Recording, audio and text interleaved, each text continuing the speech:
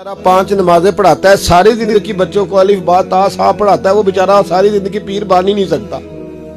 पीर उसने ही बनना है जिसने 1.5-2 महीने गुस्ल नहीं करना, उसी ने बनना है जिसने कुछ 4-5 किलो लोहा उठा लेना है। कोई म्यार बनाओ।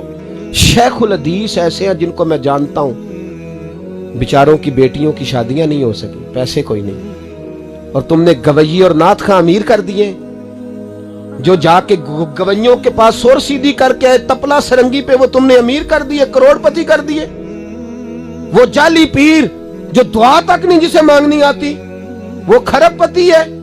और मस्जिद का इमाम बेचारा रो रहा है कि चलो कहीं से पैसे आ जाए तो मैं भी बच्ची की कहीं निस्बत कर दूं। मेरे अपने शहर की बात है, एक बड़ा कीमती बच्चा जामिया निजामी में पढ़ता था, उसके वालिद साहब आलिम थे, और बच्चा मेरे साथ बड़ी मोहब्बत थी।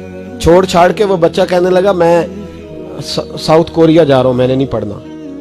दूसरे तीसरे साल से छोड़ गया। उसके अब्बा ने मुझे फोन किया कि आपसे बड़ी अकीदत रखता है, आप इसको समझाएं। मैंने फोन किया, मैंने कहा बेटा तू पढ़। कहने लगा हजरत साहब अब्बा जी 35 साल मस्जिद में रहे हैं, मेरी बहनें इस तरह की हैं कि शायद कभी गैर महरम को मेरी बहनों ने भी ना देखा हो। तीनों की तीनों कुरान की हाफिज़ा हैं, फाजिल अरबी अदीब अरबी किया है, सारा दिन कुरान पढ़ती हैं।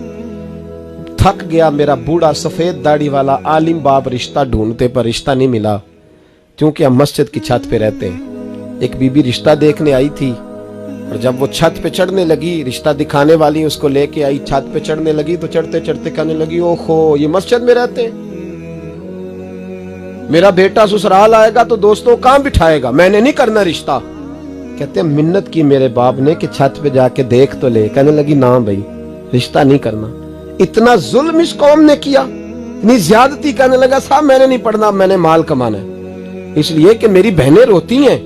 खुदा का खौफ करो, एक नात से भी गुजारा हो जाता है, मेहरबानी करो। और नात के लिए शोर की जरूरत नहीं होती, इश्क की जरूरत होती है। बस कर दो, बड़ा हो गया। मदारस के बच्चों को वो रोटी खाने को मिलती है जो मैं और आप खाएं तो बीमार हो जाएं, बीमार हो जाएं, जो मदारस के बच्चों को रोटी खाने को मिलती है।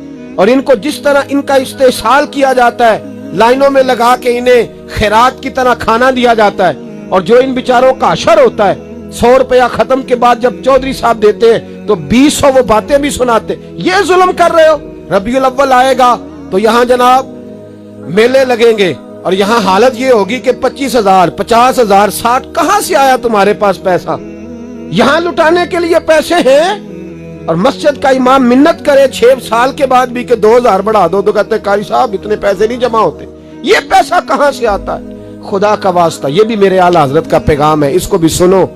आला हजरत से जब कहा गया ना, हमारे तो अल्लाह खैर करे नाथ खां और मैं वो कोई पैसे फेंकने आते हैं महफिल में तो मना करता हूँ। क्यों? इसलिए कि जब दथियों वाले पैसे लेके आते हैं ना मस्जिदों में और महफिलों में, तो फ्रंट सीटें फिर दथियों वालों के हाथों में होती है। गरीब महफिल मिलाद में भी छुप के बैठता है पीछे, और नाथ खां भी याद कर लेता है कि ज्यादा नोट किसने पकड़े हुए, ज्यादा नोट किसके हाथ में। वो फिर कहता है हाजी साहब है शेर तुहाडी नजर जे। मैं क्या बदबख्ता, नबी पाक दे नाम दा शेर भी बंदे दी नजर हो सकता है, जिसमें हुजूर की तारीफ हो रही हो, बंदे की नजर किस तरह हो गया? शर्म करो, डरो अल्लाह ताला।